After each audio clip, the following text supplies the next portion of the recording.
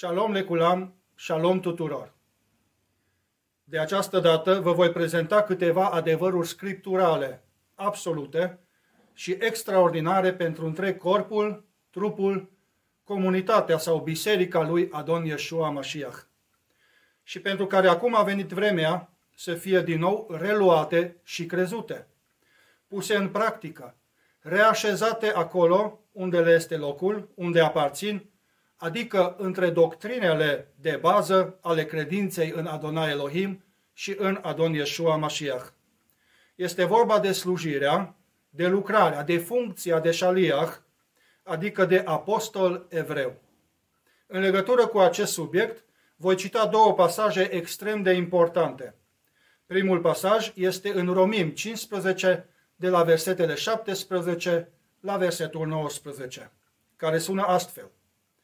Am de aceea o glorificare în Hamashiach Yeshua pentru Elohim, fiindcă nu îndrăznesc să vorbesc despre ceva ce Hamashiach n-ar fi făcut prin mine, pentru supunerea neevreilor, prin cuvânt și faptă, prin puterea semnelor și minunilor și prin puterea Spiritului lui Elohim.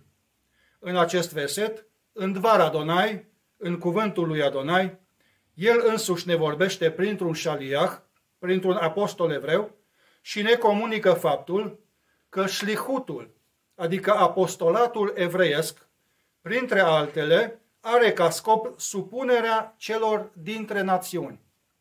Al doilea verset, care este la fel de clar și concret în legătură cu subiectul acesta, se află în Romim 1, versetul 5 și sună astfel.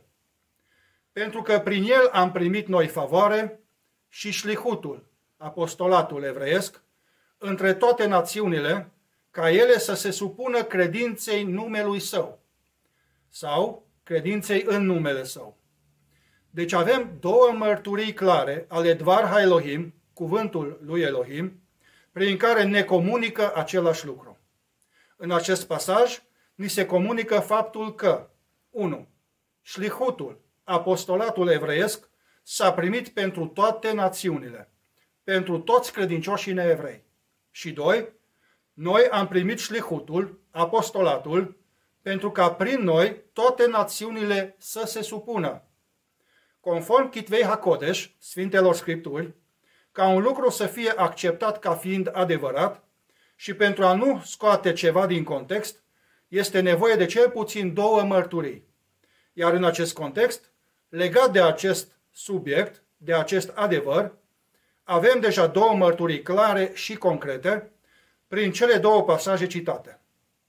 Realitatea tristă este că Shaul HaShaliach, sau apostolul Pavel, cum îl cunosc creștinii, a avertizat în scrisoarea către romani împotriva atitudinii de superioritate a credincioșilor neevrei față de cei evrei. Afirmația sa este scrisă la timpul prezent.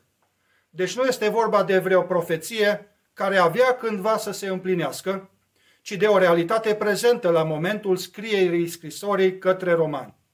Acest lucru înseamnă că primii șlichimi, apostoli evrei, încă erau în viață când atitudinea de superioritate, plus minus antisemitismul, au apărut deja în rândul credincioșilor neevrei din trupul lui Yeshua Mashiach.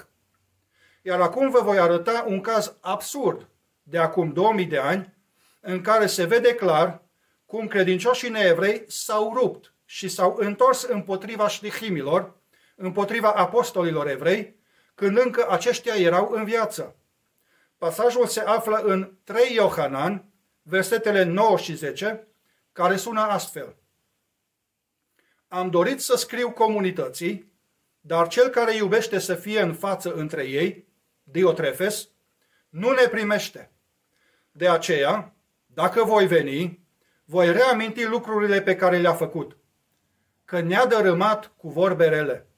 Și nu s-a mulțumit cu acestea, ci a refuzat să-i primească pe frați, iar pe cei care îi primesc le interzice și îi dă afară din comunitate. 3 Iohanan, capitolul 1, versetele 9 și 10. Să ne gândim cât de absurdă este situația aceasta. Un credincios neevreu, un lider, refuză, respinge și calomniază un șaliah, un apostol evreu și încă nu pe oricare, tocmai pe Iohanan, pe unul dintre cei 12, pe unul dintre cei 3 cei mai apropiați de Adon Yeshua Mashiach, pe cel mai iubit de el dintre toți șlichimii, apostolii inițiali. Și aici nu vorbim nici de Evul Mediu, nu vorbim de secolul 21, ci de primul secol, când încă șlichimii, apostolii evrei inițiali, erau în viață. Cât de absurdă e această situație? Să refuzi, să respingi, să vorbești de rău, tocmai pe cei prin care ai primit credința și salvarea, adică mântuirea, tocmai pe unul proeminent dintre ei. Într-un fel, este de înțeles acest lucru, pentru că Shaul Hashaliach, apostolul Pavel, avertizează credincioșii neevrei împotriva antisemitismului sau a discriminării evreilor în scrisoarea către Romani, capitolul 11.